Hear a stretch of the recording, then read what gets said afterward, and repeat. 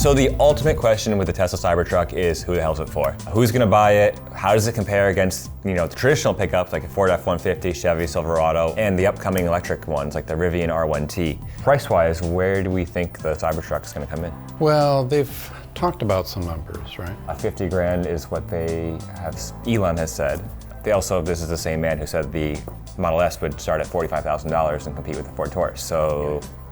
So I think that's probably the base entry level of the vehicle, not the 450-mile range version. Right. I imagine a well-equipped Cybertruck will be probably $75,000 or so, 80, which is honestly, we get test F-150s and Ram 1500s all the time that are in that price range.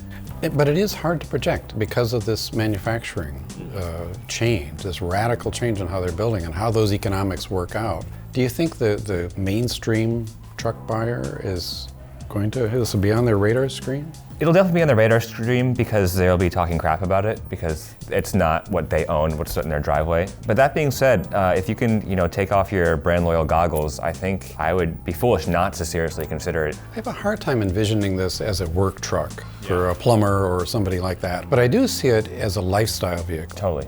Something that it clicks, you want to be different, unique, maybe younger, more open-minded about brands and ideas and drivetrains, and I could see it really working for that audience. Speaking as someone who's driven a handful of pickup trucks for multiple years for our Motortrend Garage program, I totally see its benefits in that regard. It seems like it'd be very easy to drive around town. You don't have any fuel economy penalties. I can't tell you how sick of 9 mile per gallon, $100 tanks I got in the Ram Power Wagon. Sure.